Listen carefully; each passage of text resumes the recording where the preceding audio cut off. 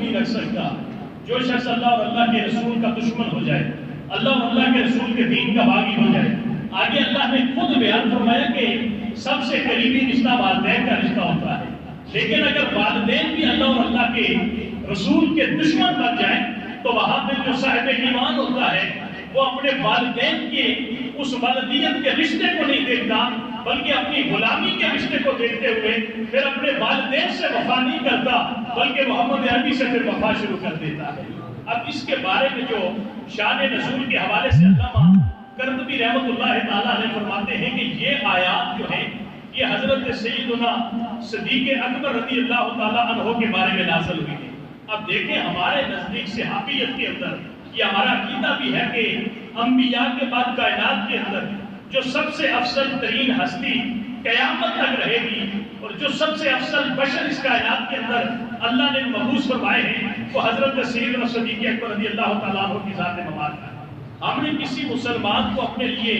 دلیل جو ہے وہ تصور نہیں کرنا، جہاں پہ حضرت سیدنا صدیق اکبر کی بات آ جائے، اگر صدیق کے مقابلے میں عمر فاروق کا کوئی ارشاد بھی نظر آئے گا تو ہم سیدنا صدیق اکبر کے قول کو ترجیح دیں گے، اس لیے کہ صدیق اکبر مرتبے کے لحاظ سے اللہ کے نبی کے بعد سب سے بڑا مرتبہ سیدنا صدیق اکبر کا ہے۔ آپ کے بارے میں یہ آیت مبارکہ نازل ہوئی ہے۔ علامہ قرطبی یہ فرماتے ہیں کہ حضرت سیدنا صدیق اکبر کے والد محترم حضرت ابو قحافہ رضی اللہ تعالیٰ عنہ کے مسلمان نہیں ہوئے تھے، ورنہ سیدنا صدیق اکبر کو جلیل القدر صحابی ہے کہ آپ کو یہ اعزاز حاصل ہے کہ آپ کے والدین بھی صحابیت سے سرفراز ہوئے، آپ کی اولاد بھی ساری جو ہے وہ صحابیت سے سرفراز ہوئی، یہاں تک کہ آپ کے پوتے اور نواسے جو ہے وہ بھی جو ہے وہ درجہ صحابیت سے مشرف ہوئے۔ کہ حضرت سیدنا صدیق اکبر کو یہ شرف حاصل ہے کہ آپ کا سارا خاندان جو ہے وہ کوئی بھی فرد آپ کے خاندان کا ایسا نہیں تھا جس نے اپنی حیات کے اندر محمد عربی کی غلامی کا پٹا اپنے گلے میں نہ ڈالا۔ حضرت سیدنا صدیق اکبر کے والد بھی مسلمان نہیں ہوئے تھے، تو اسی طرح مجلس میں بیٹھے تھے اور گھر کے اندر گفتگو جاری ہو گئی۔ حضور سیدنا صدیق اکبر رضی اللہ تعالیٰ عنہ آپ کلمہ پڑھ کے مسلمان ہو چکے تھے، تو آپ کے والد محترم نے حضور نبی کریم صلی اللہ علیہ وسلم کی شان میں گستاخی کی، اور آپ کے والد میں جو ہے وہ حضرت ابو قحافہ رضی اللہ تعالیٰ عنہ نے حضور کی شان کے اندر کوئی گستاخانہ جملے استعمال کیے، اپنی زبان سے جو ہے وہ حضور کے بارے میں کوئی نازیبہ کلمات جو ہے وہ استعمال کیے، تو کہتے ہیں سبا ابو قحافہ تھا النبی صلی اللہ علیہ وسلم فسکاہ ابو بکر سکاتن، ابو بکر جلال میں آگے اٹھ کے کھڑے ہوئے، اب والدیت کے رشتے کو نہیں دیکھا کہ میرے سامنے یہ باپ کھڑا ہے میں باپ سمجھ کے اسے معاف کر دوں۔ کہتے ہیں حضرت سیدنا صدیق اکبر نے اپنے باپ کو دشمن رسول سمجھ کے مارنا شروع کر دیا، یہاں تک کہ فسکت منہا اللہ بچ کے بھی حضرت سیدنا صدیق اکبر کے باپ جو ہے وہ آپ کی مار کو برداشت نہیں کر سکے، منہ کے بل زمین کے اوپر گرے۔ آپ کے والد جب زمین پہ گرے تو حضرت سیدنا صدیق اکبر جو ہے وہاں سے آپ سیدھے آتا نبی صلی اللہ علیہ وسلم فذکر ذالک عنہ، اللہ کے محبوب کی بارگاہ کے اندر حاضر ہوا اور عرض کرنے لگے کہ یا رسول اللہ میں نے ایک کام کیا ہے جس کام کے کرنے کے بعد میں گھبراہٹ کی کیفیت کے اندر آپ کی بارگاہ کے اندر حاضر ہوا۔ یا رسول اللہ ہمارا دین تو اپنے والدین کی عزت کرنے کی ہمیں تو پھر جو ہے وہ تعلیم دیتا ہے، ہمارا مذہب تو اپنے والدین کے حوالے سے ہمیں بہت ساری تعلیمات دیتا ہے، لیکن یا رسول اللہ میرے باپ نے میری موجودگی کے اندر آپ کو جو ہے وہ گالیاں نکالنی شروع کر دی، آپ کو نازیبہ الفاظ کہنے شروع کر دیے، آپ کی شان کے اندر جو ہے وہ حد تک آمیز جملے جو ہے وہ کسنا شروع کر دیے۔ یا رسول اللہ مجھ سے برداشت نہیں ہو سکا، میں اٹھا اور اپنے باپ کو جو ہے وہ مارنا اور پیٹنا شروع کر دیا، میرا باپ منہ کے بل جو ہے وہ زمین کے اوپر گر پڑا، جب وہ بالکل نڈال ہو چکا تھا تو میں اپنے باپ کو زمین پہ پڑا چھوڑ کے جو ہے وہ آپ کی بارگاہ کے اندر حاضر ہو گیا ہو اور اللہ کی بارگاہ سے اپنے اس معاملے کا فیصلہ فرمانا چاہتا ہے۔ اللہ کے نبی نے فرمایا افعلتا ہوں، سیدنا صدیق اکبر سے پوچھا واقعہ تو نے یہ کیا ہے؟ سیدنا صدیق اکبر فرماتے ہیں یا رسول اللہ واقعہ میں نے یہ عمل کیا ہے۔ اللہ کے نبی نے فرمایا لا تعود الیہ، اب اس کے بعد دوبارہ یہ معاملہ نہ کرنا۔ حضرت سیدنا صدیق اکبر جلال میں آئے اور کہا کہ یا رسول اللہ کا فیصلہ بعد میں آئے گا، آپ کی عدالت کا فیصلہ بعد میں آئے گا، لیکن آپ فرماتے ہیں کہ دوبارہ یہ عمل نہ کرنا۔ میں کہتا ہوں لو کان السیف منی قریبا لقطع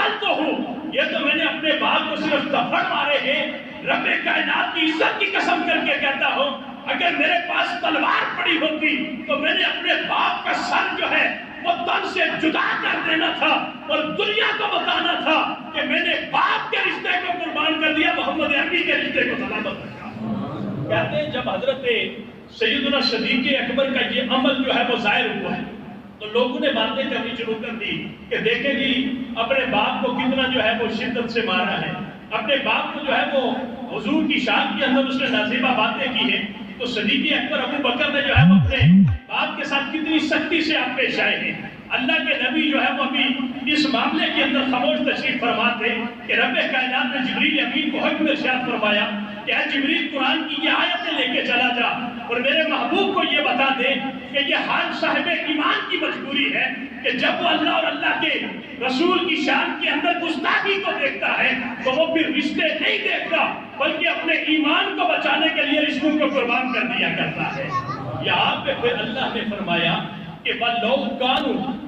آبَاءَهُمْ وَأَبْنَاءَهُمْ وَإِخْوَانَهُمْ،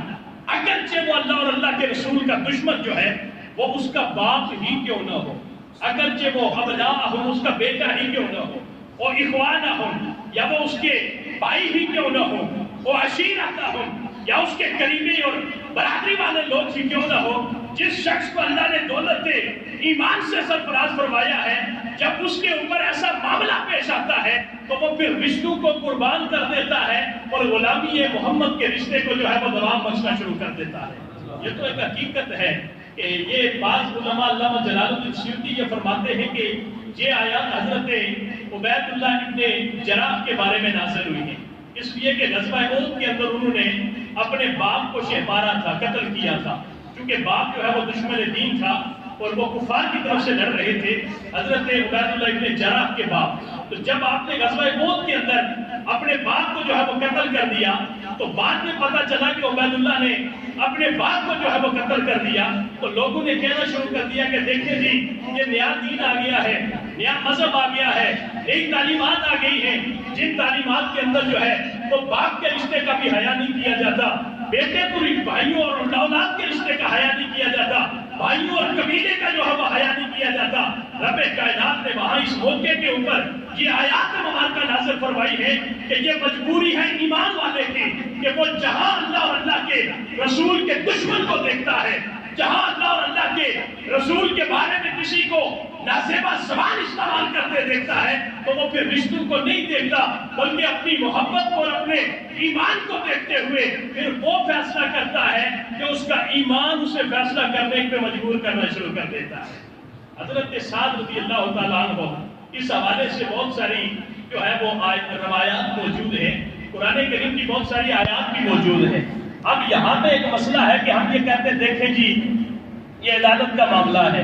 یہ فلان جو ہے وہ ہمارے قانون کا معاملہ ہے، یہ بات یاد رکھیں کہ یہ قانون اللہ اور اللہ کے رسول نے بنا دیا ہے گستاخوں کے بارے میں۔ جو گستاخی کرے گا اللہ اور اللہ کے نبی کی شان کے اندر گستاخی کرے گا، یہ قانون بن چکا ہے کہ وہ مسلمان ہو یا غیر مسلم ہو، وہ شخص جو ہے وہ حالت ہوش کے اندر ہو کہ جس کیفیت کے اندر بھی ہو، اگر اس آدمی سے اللہ کے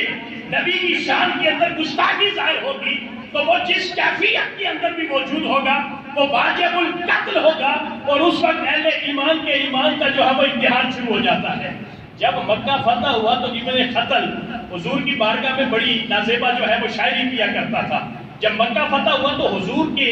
مکہ فتح ہونے کے دن آپ کی جو ہے وہ شفقت کا یہ عالم تھا، محبت کا یہ عالم تھا کہ حضرت جو ہے وہ عثمان ابن طلحہ جو کلید بردار تھے خانہ کعبہ کے، تو حضور نے کئی دفعہ آپ سے کہا کہ عثمان مجھے چابیاں دے دے تاکہ میں کعبے کے اندر جا کے عبادت کر سکوں۔ تو حضرت عثمان جو ہے وہ اپنے جو ہے وہ ایک عثمان بن طلحہ جو ہے وہ اپنے مزاج کے اندر حضور کو جو ہے وہ نازیبہ باتیں بھی کرتے، آپ کو برا بھلا بھی کہتے، اور کہا کرتے تھے کہ میں ہر ایک آدمی کو کعبے کی چابیاں دے سکتا ہوں کہ وہ کعبے کے اندر جا کے عبادت کر سکتا ہے، لیکن میں محمد بن عبداللہ کو جو ہے وہ قیامت تک چابیاں نہیں دوں گا۔ تو اللہ کے نبی مسکرا کے فرماتے تھے کہ عثمان ابن طلحہ اس بات پہ تو نے قائم رہنا ہے۔ کہا یہ جاتا ہے کہ جب ہجرت مدینہ کے بعد مکہ فتح ہوا تو اللہ کے نبی فاتح کی حیثیت سے مکہ المکرمہ کے اندر داخل ہوئے تو حضرت عباس رضی اللہ تعالیٰ عنہ آپ کے کے جو چچا محترم تھے وہ بھی آپ کے پاس کھڑے تھے اور کہا کہ اے اللہ کے نبی اب ہم نے کرنا کیا ہے؟ تو اللہ کے نبی نے فرمایا کہ اب کعبے کو جو ہے وہ بتوں سے پاک کرنا ہے، لہذا کعبے کی دروازے کی چابیاں جو ہے وہ لائی جائیں، اس لیے کہ ہم فاتح بن کے کعبے میں داخل ہوئے، ہم دروازہ توڑ کے نہیں جائیں گے، اپنے دشمن سے کعبے کی چابیاں لے کے دروازہ کھول کے اندر جو ہے وہ جانا چاہتے ہیں۔ عثمان بن طلحہ کو بلایا گیا، اللہ کے نبی سامنے کھڑے ہیں، وہ عثمان سامنے کھڑے ہیں جو حضور کو چابیاں دینے سے بار بار انکار کر رہے تھے۔ حضور نے فرمایا عثمان چابیاں دے، ہم کعبے کے اندر جا کے عبادت کرنا چاہتے ہیں۔ حضرت عثمان خود بیان فرماتے ہیں کہ میں لرزہ بر اندام تھا، میری کیفیت جو ہے وہ جسم کے اوپر نظر آ رہی تھی کہ آج ہر ایک کے لیے معافی ہو سکتی ہے لیکن آج میرے لیے معافی نہیں ہوگی۔ حضرت عثمان بن طلحہ فرماتے ہیں کہ میں نے وہ چابیاں اللہ کے نبی کو عطا فرمائی۔ اللہ کے نبی کے پاس آپ کے چچا حضرت عباس کھڑے تھے، حضرت عباس نے فرمایا بھتیجے یہ چابیاں جو ہے یہ مجھے عطا کر دے تاکہ یہ سعادت مجھے نصیب ہو جائے کہ میں کعبے کی جو ہے وہ خدمت کے اندر کعبے کی چابیاں جو ہے وہ میرے حوالے کر دے۔ اللہ کے نبی نے مسکرا کے یہ کہا کہ میں محمد عربی کائنات کے لیے رحمت بن کے آیا ہوں۔ آپ نے پھر رحمت کا ایسا ثبوت عطا فرمایا کہ عثمان بن طلحہ کو بلا کے کہا کہ عثمان یہ چابیاں آج ان کا مالک میں بن چکا ہوں لیکن یہ محمد آج یہ چابیاں تیرے حوالے کر رہا ہے، قیامت تک یہ چابیاں تیرے خاندان میں رہیں گی، کوئی ان سے لے نہیں سکتا۔ آج بھی حضرت عثمان بن طلحہ کے خاندان کے پاس وہ چابیاں موجود ہیں اور محمد عربی کی اس شان کو آج بھی جو ہے وہ خاندان ثابت کر رہا ہے کہ جان کا دشمن سامنے کھڑا ہے اور اللہ کے نبی نے کس شان کریمی سے جو ہے وہی دولت اسے عطا کر دی جو دولت وہ دینے پہ بار بار انکار کر رہے تھے۔ لیکن دوسری طرف اللہ کے نبی نے کعبے کے اندر کھڑے ہو کے کہا کہ ابن قتل کو کون قتل کرے گا، اس لیے کہ اس نے مجھے جو ہے وہ شاعری کرتا تھا، میری شان میں گستاخیاں کرتا تھا، میرے بارے میں جو ہے وہ نازیبہ باتیں کرتا تھا، کون ہے جو ابن قتل کو قتل کرے گا؟ کہتے ہیں حضرت زبیر کھڑے ہوئے اور کہا یا رسول اللہ میں گستاخ رسول کو قتل کروں گا۔ کہتے ہیں ابن قتل دوڑ کے جو ہے وہ کعبے کے غلاف سے لپٹ گیا تھا لیکن حضرت زبیر نے پھر بھی ابن قتل کو کعبے کے غلاف سے نکال کے قتل کر کے کہا کہ ہر ایک کے لیے دنیا میں امان ہو سکتی ہے، جو گستاخ رسول ہے کائنات کے اندر اس کے لیے کوئی امان موجود نہیں۔ قانون بن چکا ہے۔ آج کہا جاتا ہے جی اگر وہ شخص معافی مانگ لے، یہ بات یاد رکھیں کہ اگر کوئی شخص قتل کرتا ہے، قتل کرنے کے بعد عدالت میں ثابت ہو جاتا ہے کہ یہ قاتل ہے اور اگر وہ شخص یہ کہے کہ میں معافی مانگتا ہوں، یار مجھے معاف کر دو، میں اپنے گناہ پہ بڑا شرمندہ ہوں کہ مجھے قتل نہیں کرنا چاہیے تھا، کیا قتل جب ثابت ہو جائے اور پتہ چل جائے کہ یہ شخص قاتل ہے، قتل کے ثابت ہونے کے بعد کیا اس شخص کا رونا دھونا، کیا اس شخص کا معافی مانگنا، کیا اس شخص کا اپنے اس عمل کے اوپر شرمندہ ہونا، کیا ہماری عدالت اس کی شرمندگی کو دیکھ کے قاتل کو معاف کرنے کا حق رکھتی ہے؟ نہیں، وہ تو کہتی ہے جرم ثابت ہو چکا ہے، جرم کے ثابت ہونے کے بعد اب یہ آدمی جو مرضی کہتا پھرے، اسے پھانسی کی سزا دے کے اس کے جرم کی سزا اسے دی جائے گی۔ میرے بھائی اسی طرح گستاخی رسول جو ہے یہ بھی ایک جرم ہے، اگر یہ جرم ثابت ہو جائے تو وہ مجرم جو مرضی کرے، کلمہ پڑھتا پھرے، توبہ کرتا پھرے، معافیاں مانگتا پھرے، یہ اللہ اور اللہ کے رسول کے قانون کے اندر آ چکا ہے کہ جو شخص نبی کی شان میں گستاخی کرتا ہے وہ واجب القتل ہے اور اس کائنات کے اندر اسے زندہ رہنے کا کوئی حق موجود نہیں ہے۔ اب میں صرف آخری بات محبت کی کر کے اجازت چاہوں گا۔ حضرت سعد ابن ربیع رضی اللہ تعالیٰ عنہ آپ صحابی رسول تھے اور آپ مسلمان جب ہوئے تو آپ کی والدہ کے اکلوتے آپ بیٹے تھے، تو کہتے ہیں آپ کی والدہ چلچلاتی چٹیل دھوپ کے اندر جا کے بیٹھ گئی اور اپنی برادری والوں سے کہا کہ میرا بیٹا مجھے لا کے دو،